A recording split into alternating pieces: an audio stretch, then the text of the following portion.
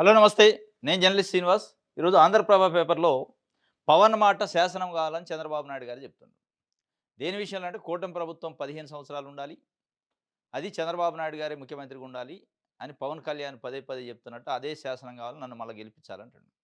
పవన్ కళ్యాణ్ గారి మాటలు చాలా చెప్తుండు. ఇది ఒక్కటే చెప్పలే. రెండో విడత భూములు గుంజుకోవద్దు. రైతుల నుంచి రాజధాని పేరుతోని ఉత్తుత్త కంపెనీలకు భూములు ఇయ్యొద్దు. ఇట్లా అనేక అంశాలపైన భూములు సేకరణ పైన, భూముల సమీకరణ పైన గూడా అబ్జెక్షన్ జెప్పిండు. ఆయన మాటలు జెప్పిండు. ప్రజల కోణంలో చూస్తే పవన్ మాటే శాసనం గావాలంటే చాలా మాటలు చెప్తా ఉంటాడు. ఇది ఒక్కటే శాసనం అంటే కాదు. ఇంకోటి పవన్ కళ్యాణ్ కూటమి రావాలి. 15 సంవత్సరాలు మనం ఆయన కోసమే పనిజేయాలని పదే పదే చెప్తుండు. దానిపైన ఇప్పటికే జనసేన పార్టీ కార్యకర్తల్లో పెద్ద ఎత్తున వ్యతిరేకత ఉంది. చర్చ ఉంది. ఆయన ఈ మధ్య కాలంలో తగ్గించిండు ఆ మాటలు. ఇప్పుడు చంద్రబాబు నాయుడు గారు నేనుండాలి ఇంకో 15 సంవత్సరాలు కాబట్టి అదే కావాలి శాసనం అని చెప్పి మరో 15 ఏళ్ళు అధికారం ఇవ్వాలి. అప్పుడే సంపూర్ణ అభివృద్ధి రాష్ట్రాన్ని దేశంలో నంబర్ 1 నిలుపుతాం. కూటమి మా కోసం కాదు ప్రజల కోసం అట. తమ్ముడు పవన్ నా ఆలోచనలు ఒక్కటే సూపర్ 6 హిట్ చేశాం. పోలవరం సహా అన్నీ పూర్తి చేశాం. కొల కొల్లేరు సమస్యను పరిష్కరిస్తాం. సీఎం చంద్రబాబు వెల్లడి. ఏలూరు జిల్లాలో పెన్షన్ల పంపిణీలో చెబుతుండు 18 నెలల్లో 55,000 కోట్ల పెన్షన్ల పంపిణీ చేసినాను. మరో 15 ఏళ్ళు తమ్ముడు పవను నా ఆలోచన ఒకటే అంటాడు. ఆయనేం నేను మార్పు కోసం రాజకీయాల్లోకొచ్చినా, సామాజిక న్యాయం కోసం రాజకీయాల్లోకొచ్చా అని చెప్తుండు. మీ ఆలోచన, ఆయన ఆలోచన కేవలం ముఖ్యమంత్రి పదవి మీరు కోరుకునే దాంట్లో తప్ప మిగతా దాంట్లో ఒకటుందనేది ప్రజల్లో చర్చ లేదు. జనసేన కార్యకర్తలు గూడా. అనేక అంశాల్లో డిఫర్ అయితున్నప్పటికీ కొన్ని కొన్ని సున్నితంగా క్యాబినెట్ సమావేశాల్లోనే లూలు కంపెనీ లాంటి దానికి భూములు ఇచ్చే దాంట్లో వ్యతిరేకించారు. 44,000 ఎకరాలు రెండో విడత అమరావతికి భూ సమీకరణ కోసం వ్యతిరేకించారు. అయినప్పటికీ మరి తమ్ముడు మాటను మీరు లెక్క చేయలే, పట్టించుకోలే. పవన్ కళ్యాణ్ మాట అక్కడ శాసనం కాలే. ఇంకా అనేక అంశాలు భవిష్యత్తులో కూడా ఆయన చాలా మాటలు చెప్పే అవకాశం ఉంది. ఈ పరిపాలన పరమైన విషయాలలో. నిజంగానే ఆ మాటలనే శాసనం అయితే మీరు చెప్పేది కూడా ప్రజలు శాసనం చేస్తారు. ప్రజలు చేయాలి. పవన్ కళ్యాణ్ మీరు కలిసి శాసనం చేసుకుంటా అంటే కాదు 5,00,00,000 మంది ఆంధ్రప్రదేశ్‌లో ఉన్న ప్రజలు ఓట్లేసి గెలిపించాలి. గెలిపిస్తే తప్ప అప్పుడు శాసనం కాదు. ఆ శాసనం కావాలంటే మీరు అన్న మాటల ప్రకారం చేయాలి. సూపర్ 6 నిడి చేసినటువంటి దాంట్లో రూ. 1,500 మహిళలకిచ్చేది, నిరుద్యోగ భృతి వీటి విషయంలో హిట్ కాలే. రైట్. హ్మ్.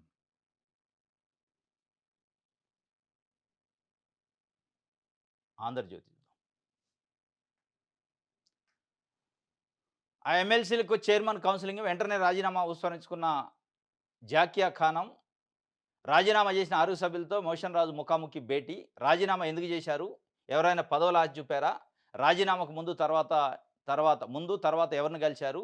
ఆ లేఖల ప్రింట్లు ఎక్కడ తీసుకున్నారంటూ ప్రశ్నలు. చైర్మన్ తీరు రాజ్యాంగ స్ఫూర్తికి విరుద్ధమంటూ సభ్యుల ధ్వజం. రాజీనామా మా రాజ్యాంగ హక్కు. దాన్ని ఆయన హరిస్తున్నారు. బలవంతంగా రాజీనామా చేశామన్న సాకుతో తిరస్కరించాలని చూస్తున్నారు. రాజీనామాలకు కట్టుబడి ఉన్నామని మిగిలిన 5గురు ఎమ్మెల్సీలు. మన దగ్గర 2 తెలుగు రాష్ట్రాల్లో పార్టీ ఫిరాయింపులు చేసిన ఎమ్మెల్యేలు, వీళ్ళు ఎమ్మెల్సీలు. పార్టీ ఫిరాయించిన ఎమ్మెల్యేలే ఎలక్షన్ వస్తది కాబట్టి రాజీనామా ఇవ్వరు. రాజీనామా ఇవ్వకపోగా ఫిరాయింపులు చేసినవాడిని నేను ఫిరాయింపులు ఎందుకు చేసినా ఆ కండువా దేవుడి కండువా, అది కాంగ్రెస్ పార్టీ కండువ కాదని ఇప్పుడు ఇక్కడ చెప్తున్నారు తెలంగాణలో. అక్కడ రివర్స్‌లో ఎమ్మెల్సీ రాజీనామా చేస్తే ఆ రాజీనామాను ఆమోదించకుండా వాళ్ళకి కౌన్సెలింగ్ చేస్తుండు అక్కడ చైర్మన్. ఇక్కడేమో హియరింగ్ చేస్తుండు తెలంగాణలో స్పీకరు. మీరు పార్టీ మారారంటనా మారారా లేదా? మారితే ఎట్లా మారారని నేను అడుగుతుంటే, మీరు రాజీనామా చేశారా? ఇష్టపూర్తిగానే చేశారా? ప్రింట్ ఎక్కడ తీసుకున్నారు? ఏదన్నా ప్రలోభాలకు లొంగారా? రాజీనామా చేసేటోడు ప్రలోభాలకు ఏం లొంగుతాడు? అంటే ప్రాక్టికాలిటీ మాట్లాడుకుంటే పదవే త్యాగం చేస్తాను నేను. ఇంక దానికంటే ఏముంటది ప్రలోభాలు లొంగటానికి? పదవి కంటే? అంటే బ రాజ్యాంగంలో ఉన్న నిబంధనల్ని ఒక్కొక్కళ్ళు ఒక్కొక్క రకంగా అప్లై చేసుకుంటున్నారు. ఆయన ప్రింట్ ఎక్కడ తీసుకున్నారు? మీరు చేసిన రాజీనామా కాపీ దానికి అసలు ఈ రాజీనామాకు సంబంధమైన ప్రింట్ ఎక్కడైనా తీసుకుంటారు. ప్రింటర్ దగ్గర తీసుకోవచ్చు, ఎవరు ప్రైవేట్ వ్యక్తుల దగ్గర తీసుకోవచ్చు, ఇంకోటి దగ్గర తీసుకోవచ్చు. ఆ ఫార్మాట్‌లో ఉందా లేదా స్పీకర్ ఫార్మాట్‌లో రాజ్యాంగబద్ధమైన ఫార్మాట్‌లో ఉందా లేదా అనేది ఒకటే కారణం.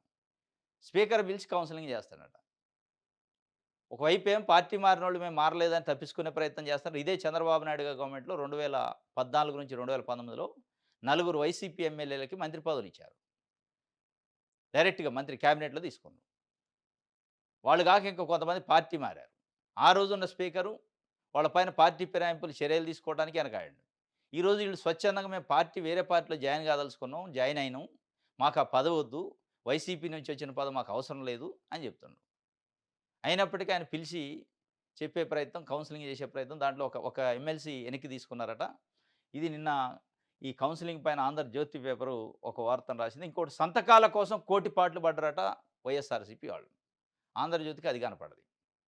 మెడికల్ కాలేజీల ప్రైవేటీకరణకి, పీపీపీకి వ్యతిరేకంగా కోటి సంతకాల సేకరణ చేశారు.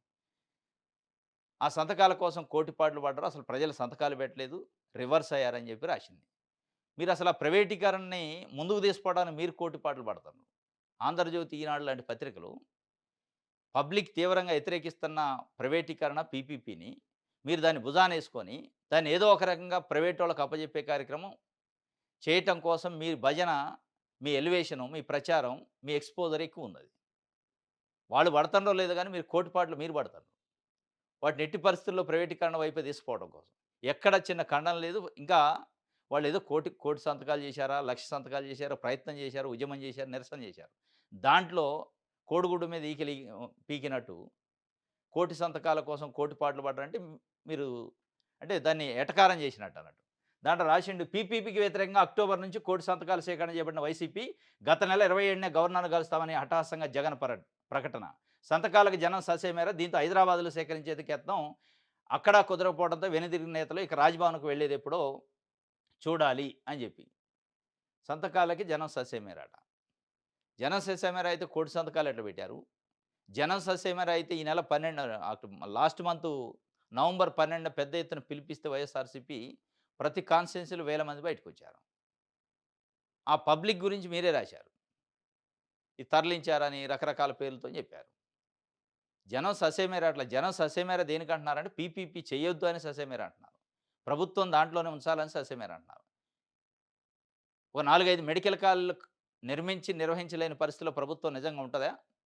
కాబట్టి ఎట్టి పరిస్థితుల్లో ప్రభుత్వ ఆధ్వర్యంలో ఉండాలని ప్రజలు కోరుకుంటున్నారు. ప్రజల అభిష్టానికి, ప్రజల కోరికకి వ్యతిరేకంగా ఈరోజు చేస్తున్నారు. దానికి మీరు మద్దెల ధర వేస్తున్నారు. కోటి సంతకాలకు కోటి పాట్లు పడ్డారని. ఇది ఒక వార్త. హ్మ్.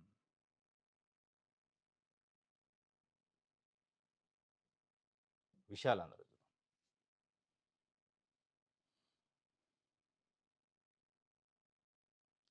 ఖరీఫ్ కష్టాల సాగు అడుగడుగునా గండాలే, తుఫాన్లతో ఇబ్బందులు, పెట్టుబడులు చేతికి రాని వైనం, అప్పుల ఊబిలో పత్తి, వరి రైతులు.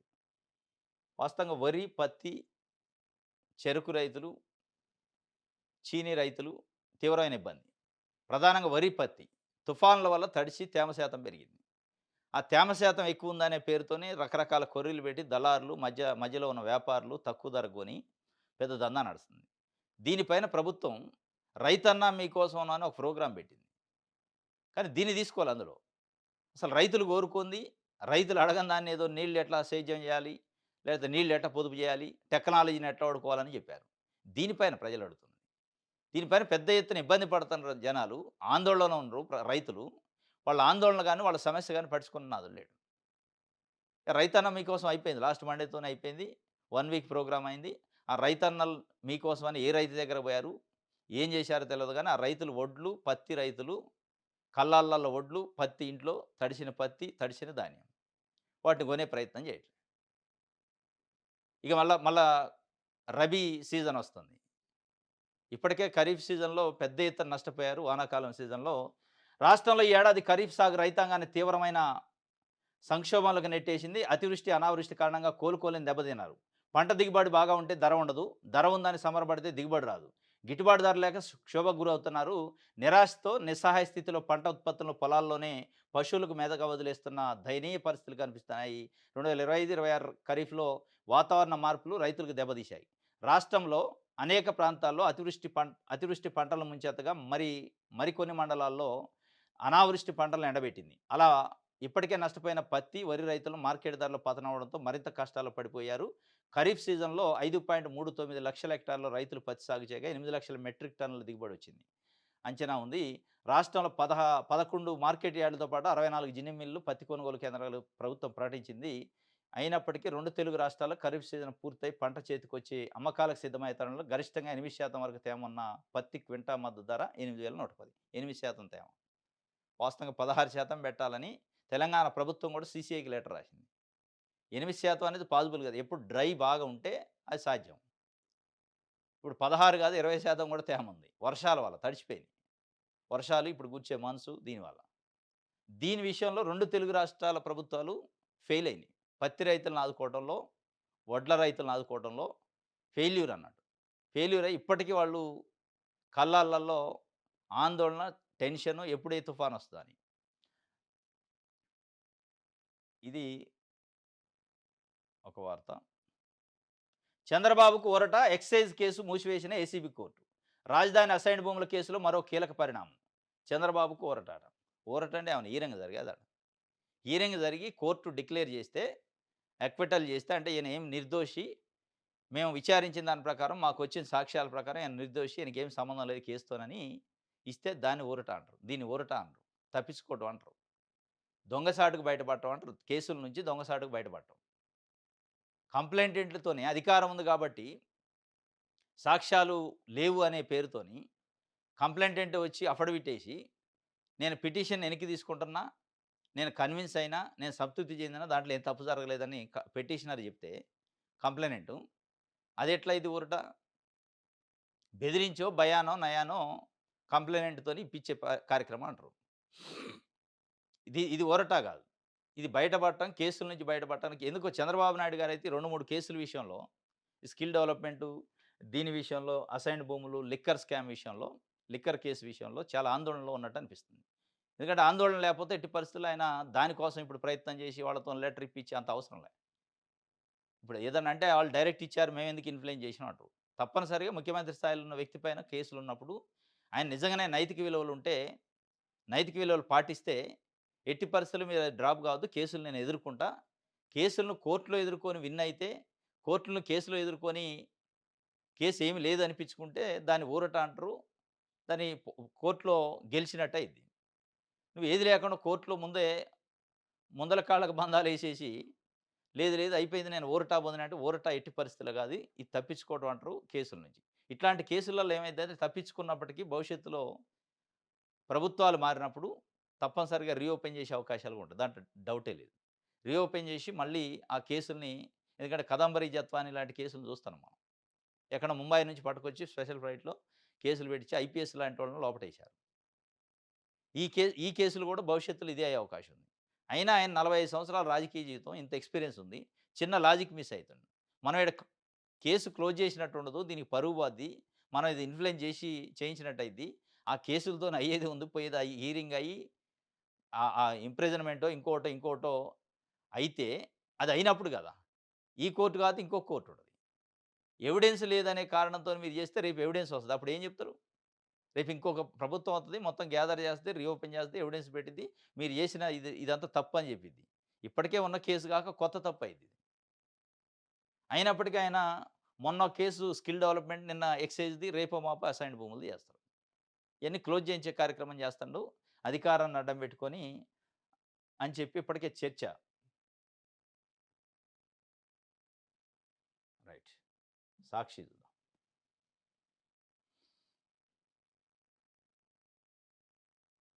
హలో ఇండియా ఓసారి ఏపీ వైపు చూడండి. కిలో అరటిపండ్లు కేవలం 50 పైసలే. అవును మీరు విన్నది నిజమే. ఇది ఏపీలో రైతుల దుస్థితి. అగ్గిపెట్టె కంటే చౌక, ఒక బిస్కెట్ కంటే చౌక.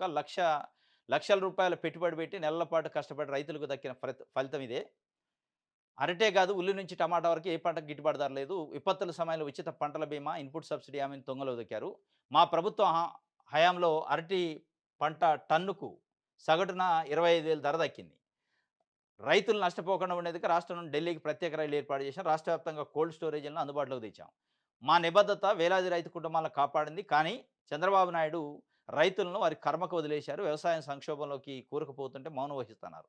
ఆహారం 50 పైసలైతే దాన్ని ఉత్పత్తి చేసే రైతుల శ్రమ విలువెంత? రాష్ట్ర రైతుల దుస్థితిని ప్రస్తావిస్తూ చంద్రబాబు నిర్వాకాన్ని ఎండగట్టిన వైఎస్ఆర్‌సీపీ అధ్యక్షుడు వైఎస్ జగన్మోహన్ రెడ్డి ఎక్స్‌లో పోస్ట్ చేసిండట ఇదంతా.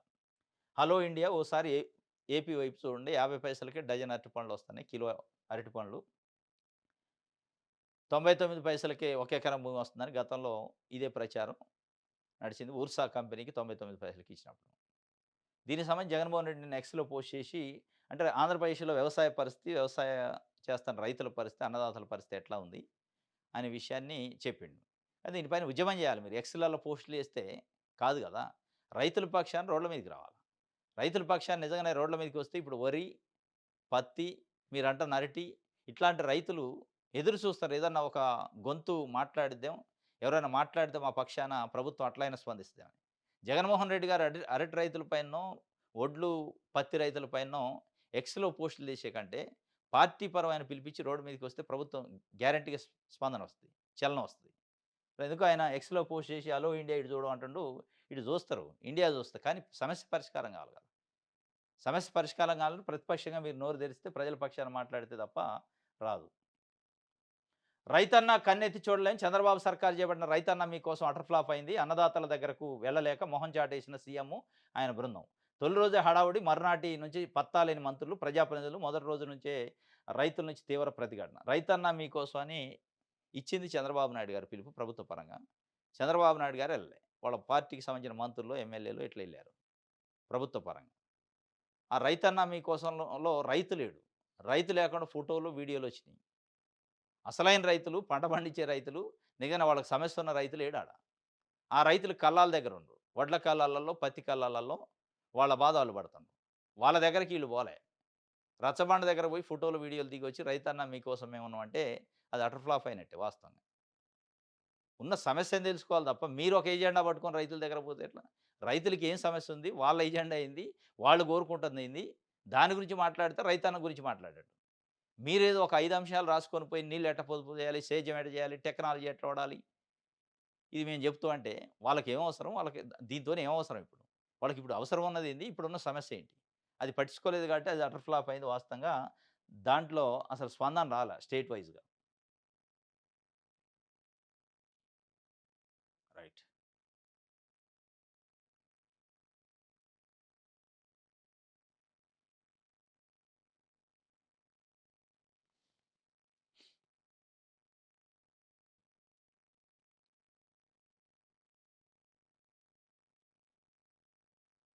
హ్మ్.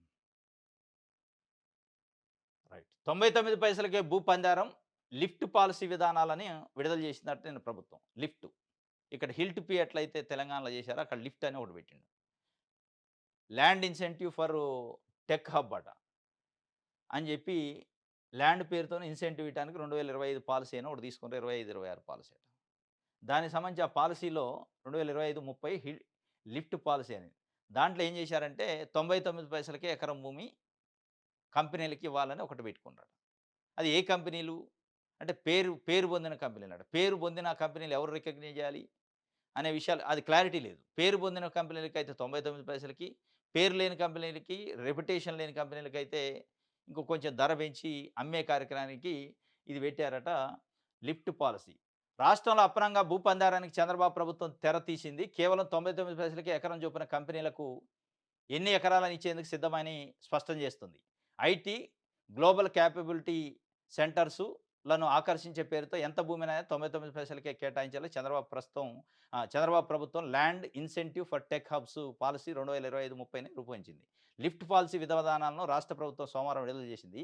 ఈ పాలసీ కింద ఐటీ కంపెనీలు, ITS, GCC, global capability centre developers, IT park developers తక్కువ ధరకు భూమిని పొందడానికి దరఖాస్తు చేసుకోవచ్చని పేర్కొంది.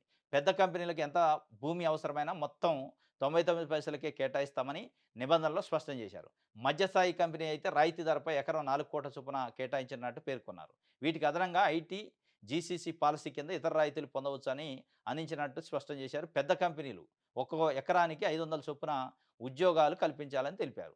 భారీ ఐటీ కంపెనీలు కనీసం 3 ఏళ్లుగా 8,900 కోట్ల టర్నోవర్ కలిగి ఉండాలని, ఐటీ డెవలపర్స్ ఇప్పటికే 10,00,000 చదరపు అడుగుల విస్తీర్ణం అభివృద్ధి చేసి ఉండాలని పేర్కొన్నారు. భారీ ఐటీ కంపెనీలంటే 8,900 టర్నోవర్ ఉన్న కంపెనీలకి 99 పైసలకి ఎన్ని ఎకరాలంటే అన్ని ఎకరాలు భూమి ఇస్తారట. ఆ భూమి ఇచ్చే దాంట్లో ఇంకొక కండిషన్ పెట్టారట. ఒక ఎకరం ప్రభుత్వం నుంచి భూమి ఈ ఇన్సెంటివ్ కింద ఇస్తే 500 మందికి జాబులు ఇయ్యాలట. అంటే ఒక 10 ఎకరాల 10 ఎకరాల ప్లేసు స్థలం భూమిని ప్రభుత్వం ఇస్తే 10 ఐదులు 5,000 జాబులు ఇవ్వాలి. ఇది ఎవరు లెక్క చేయాలి? ఇన్ని ఎకరాలు ఇస్తే ఎన్ని వందల జాబులు ఇచ్చిండని అసలు ఇప్పుడు ఇచ్చిన వాటికి ఎక్కడుంది? కాకినాడ సెజ్ లాంటిది చంద్రబాబు నాయుడు గారు ముఖ్యమంత్రి టైం కంటే ఆ టైంలో కాకినాడ సెజ్‌కిచ్చిన భూములు ఇప్పటికీ బీడుబడి ఉంటే, ఈ మధ్య ఒక జీవో ఇచ్చి దాన్ని క్యాన్సిల్ చేశారు. ఎప్పుడో సెజ్ కోసం ఇస్తే. దీని క్రైటీరియా ఏంది? మీరు లిఫ్ట్ పాలిసీ పేరుతోని ఇస్తారు. ఒక్కొక్క కంపెనీకి 1000 ఎకరాలు ఇస్తారు. 1000 ఎకరాలు ఇంటూ 500, 500 జాబులు అది అయ్యే పనా? వచ్చే పనా? ఎవరు కౌంట్ చేయాలి? దీనికి అకౌంటబిలిటీ ఏంది? దీన్ని ఆడిట్ ఎవరు చేస్తారు? ఇదంతా ఉట్టుట్టి ముచ్చట్లనమాట. భూములు కేటాయించడానికి ఒక పాలిసీ పెట్టుకొని కేటాయిస్తారు. దీనికి మళ్ళా బ్యాక్ డోర్ వ్యవహారాలు తప్ప, ఇప్పటికే ఇచ్చే భూ సంతర్పణ మీరు ఇస్తున్న ఓల్డ్‌సన్ కంపెనీ అని, ఊర్సా కంపెనీ అని, అసలు ఉన్నదో లేదో తెలవని కంపెనీలకి భూములు కేటాయిస్తారు. ఇక మళ్ళా కొత్త పాలిసీ తీసుకుంటారు. అంటే కోర్టుల నుంచి దాని నుంచి ఇబ్బంది లేకుండా. ఈ భూ పందారానికైతే 99 పైసలకి మళ్ళా ఒక అడుగు ముందుకు పడ్డదన్నట్టు ఒక వార్త రాశారు. వరి వేస్తే కొనేవారు ఉండరు. గోపీనాథపట్నం ప్రజావేదికలో సీఎం చంద్రబాబు చెప్పారు. వరి పంట ఏస్తే డయాబెటిస్ వస్తది. వరి పంట తింటే కాబట్టి కొనేవాళ్ళు ఉండరు. భవిష్యత్తులో ఏయొద్దు. తగ్గించే ప్రయత్నం చేయండి. ఒక పంట ఏయండి. ఇంకొక పంటలో వేరే వాణిజ్య పంటలేయండి అని, అంటే వడ్ల విషయంలో ఇబ్బందులు ఎదుర్కొంటున్న గారు రైతులకు సంబంధించిన సమస్యని ఆయన సమస్యను అడ్రెస్ చేయకుండా, సమస్య గురించి పరిష్కారం చెప్పకుండా ఒరేయొద్దు. ఒరేయకపోతే సమస్య ఉండదంటాడు. ఇంకొకటి పంట ఏస్తారు. ఇప్పుడు మామిడి రైతులు ఉన్నారు. అది వరి కాదు. లేదా చీని రైతులు ఉన్నారు. పత్తి రైతులు ఉన్నారు. మొక్కజొన్న రైతులు ఉన్నారు. మరి వీళ్ళకి కూడా చాలా ఇబ్బందులున్నాయి. ఏది ఇబ్బంది ఉంటే ఆ పంట ఎయొద్దు అంటే మరి ఏదెయాల? వరి తగ్గించే కార్యక్రమం ఉంటే మీరు తగ్గించే దాని కోసం ఉంటే దాన్ని దశలవారీగా చేయాలి. కానీ ఇప్పుడున్న సమస్య ఏంది? వడ్ల రైతులు ఎదుర్కొంటున్న తేమ సమస్య ఏంది? ఆ తేమకు సంబంధించి మీరేం చేయొచ్చు? సివిల్ సప్లై డిపార్ట్‌మెంట్ నుంచి ఏమన్నా గైడ్‌లైన్స్ ఇవ్వటం, తేమ శాతాన్ని ఎగ్జామిషన్ చేయటం, ఇవి చెప్పట్లే. వరి ఎయొద్దు మీరు. వరి తినేవాళ్ళు తగ్గుతారు. భవిష్యత్తులో డయాబెటిస్ వస్తది. వరేస్తే కొనేవాళ్ళు కూడా దొరకరు మీరు అని చెప్పి చెప్పే ప్రయత్నం ఆయన చేసిండు.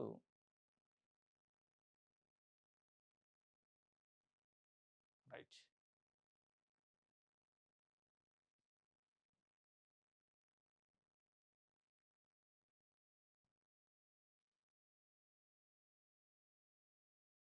దిశ పేపర్. రైట్. జగన్ తొలగించారు. చంద్రబాబు ఇచ్చారట. వైసీపీ హయాంలో పోలీసుల బకాయిల కోసం నిరసన చేపట్టిన ఏఆర్ కానిస్టేబుల్ ప్రకాషు ఆ వెంటనే విధుల్లోంచి తొలగింపు. ఆయన మళ్ళీ విధుల్లోకి తీసుకున్న రాష్ట్ర ప్రభుత్వం నిన్న ఈ ప్రకాష్‌కి అపాయింట్‌మెంట్ ఇచ్చారు. మళ్ళా జాయిన్ కావడానికి పర్మిషన్ ఇచ్చారట. కాబట్టి జగన్ గవర్నమెంట్ అప్పుడు తొలగించారు. జగన్మోహన్ రెడ్డి ప్రభుత్వం ఉన్నప్పుడు ఆమరణ నిరాహార దీక్ష కూర్చుండైన police constable, AR constable Prakash అని ఆయన. టీఏలు, డీఏలు ఇట్లాంటి పెండింగ్ బిల్ ఏరియర్స్ అన్నీ రిలీజ్ చేయాలి అని చెప్పి జగన్మోహన్ రెడ్డి ఒక కార్యక్రమానికి పోతుంటే అక్కడ నిరసన దీక్షకు కూర్చొని చేస్తే దానికి సంబంధించి ఆయన తొలగించారట. కాబట్టి ఇప్పుడు ఇచ్చారు అని చెప్పి ఈయన ఇచ్చిండు. దీంట్లో అనంతపురం జిల్లాకు చెందిన ఏఆర్ కానిస్టేబుల్. సరే మంచిదే. జగన్ తొలగించారు కాబట్టి చంద్రబాబు నాయుడు గారు ఇచ్చారు సంతోషం. చంద్రబాబు నాయుడు గారు అంటే చాలా మానవతా దృక్పథం ఉంది. కానిస్టేబుల్ మాట్లాడింది వాళ్ళ డిపార్ట్‌మెంట్ వాళ్ళ కోసం, వాళ్ళకున్న ఏరియర్స్ కోసం కాబట్టి తప్పు లేదు. అది ప్రభుత్వ వ్యతిరేక కార్యక్రమం గాదు. పోలీసు సర్వీస్ రూల్స్‌కి వ్యతిరేకం గాదు అని ఒప్పుకున్నాడు ఇప్పుడు. మరి పులివెందుల సీఐ శంకరయ్యని డిస్మిస్ చేశారు మళ్ళా. పులివెందుల సీఐ శంకరయ్యని ఎందుకు డిస్మిస్ చేశారు? ఆయనేదో ఇంకా డిపార్ట్‌మెంట్‌ల పరంగా కూడా అనల. ఆయనకున్న వ్యక్తిగత ఇమేజ్‌కి సంబంధించి చంద్రబాబు నాయుడు గారికి నోటీస్ ఇచ్చారు. చంద్రబాబు నాయుడు గారికి వ్యక్తిగా నోటీస్ ఇచ్చిండు. ముఖ్యమంత్రికి ఇయలే. ఈయన ఒక వ్యక్తిగానే ఇచ్చిండు. నేను ఒక సీఐగా పనిచేసినప్పుడు నా పైన ఆరోపణలు చేసిండు. నేను సాక్ష్యాలు తారుమారు చేసినానని నా పరువుకు భంగం కలిగించిండు. నాకు పరువు నష్టం కలిగింది. దాని నుంచి పరువు నష్టం ఇవ్వాలి రిటర్న్ డబ్బుల రూపంలో. ప్లస్ అసెంబ్లీ సాక్షిగా క్షమాపణ చెప్పాలని కోరుకుంటూ ఆయన ఒక నోటీస్ ఇచ్చిండు లీగల్ ప్రాసెస్‌లో. దానికి ఇస్తే లీగల్ రిప్లై ఇయ్యాలి చంద్రబాబు నాయుడు గారు. లేదు లేదు నా చేతిలో ముఖ్యమంత్రి పదవి ఉంది కాబట్టి నేను డిస్మిస్ చేస్తాను అని చేసిండు. మరి ఇక్కడ ప్రకాష్ అనే కానిస్టేబుల్‌కి వర్తించిన రూలు శంకరయ్యకి ఎందుకు వర్తించదు? ఇంక ఏనన్నా పోలీసు నిబంధనల ప్రకారం ఆ సర్వీస్ రూల్స్‌లోకి ఎంటర్ అయ్యి, సర్వీస్ ప్రకారం వాళ్ళకున్న మిగతా వాళ్ళ బకాయిలను ఒక యూనియన్ లీడర్ లెక్క రిప్రజెంట్ చేసిండు. ఆయన ఏమి యూనియన్ లీడర్ లెక్క రిప్రజెంట్ చేయలే, పబ్లిక్ గురించి మాట్లాడలే. ఆయన వ్యక్తిగతంగా సొంతానికి ఆయనకున్న భారత రాజ్యాంగం ఇచ్చిన హక్కు. ఆయనకు పరువు భంగం కలిగితే ఆయన అడిగే హక్కు ఉంది. ఏ పోలీస్‌కైనా ఉంటది. అడిగే హక్కు. దానికి నువ్వు ముఖ్యమంత్రిగా ఉన్న చంద్రబాబు నాయుడు గారికే నోటీస్ పంపిస్తావని డిస్మిస్ చేశారు. మరి ఇక్కడ ఒక న్యాయం, అక్కడ ఒక న్యాయం అయితే ఎట్లా? ఇదేం సర్వీస్ రూల్స్‌కి కరెక్ట్ ఉన్నప్పుడు, అది కూడా సర్వీస్ రూల్సు అక్కడ సర్వీస్ రూల్స్ అనే ప్రస్తావనే రాదు. ఆయన పర్సనల్ ఇష్యూ. అదే సీఐ ఏదో ల్యాండ్ ఇష్యూవో, ఇంకో డిస్ప్యూట్ ఉంటది. కోర్ట్‌కి పోయే హక్కు ఉండదా ఆయనకి? కోర్టుకు పోయే హక్కు, లీగల్‌గా ఫైట్ చేసే హక్కు, కేసులేసే హక్కు, నోటీసులు ఇచ్చే హక్కు ముఖ్యమంత్రిగా ఉన్న చంద్రబాబు నాయుడు గారికే కాదు, ఎవరికైనా ఇయ్యొచ్చు ఆయన. ఆయనకు నష్టం జరిగిన ఏ వ్యక్తికైనా నోటీస్ ఇచ్చే హక్కు ఉంటది. ఆ వ్యక్తి ఏ హోదాలో ఉండు, ఏ పదవిలో ఉండు అని చూసి చేయరు. రాజ్యాంగం అట చెప్పలే. కోర్ట్‌కి ముఖ్యమంత్రి మీద పోకూడదని చెప్పలే. లేదా లీగల్ నోటీసు ముఖ్యమంత్రి గారికి ఇయ్యకూడదని చెప్పలే. చంద్రబాబు నాయుడు గారనే వ్యక్తి వ్యక్తిగతంగా నన్ను ఇన్సల్ట్ చేసిండు. దానివల్ల నా పరువుకు నష్టం కలిగింది అన్నాడు. ఆ శంకర్ అనేది డిస్మిస్ చేశారు. ఇక్కడ ఇది ఇచ్చినట్టు దిశ పేపరు ఇచ్చింది. ఇది దిశకి సంబంధించి. ఇది ఈరోజు న్యూస్ అనాలిసిస్. రేపు తాజా వార్తలతోని తిరిగి కలుసుకుందాం. Thank you.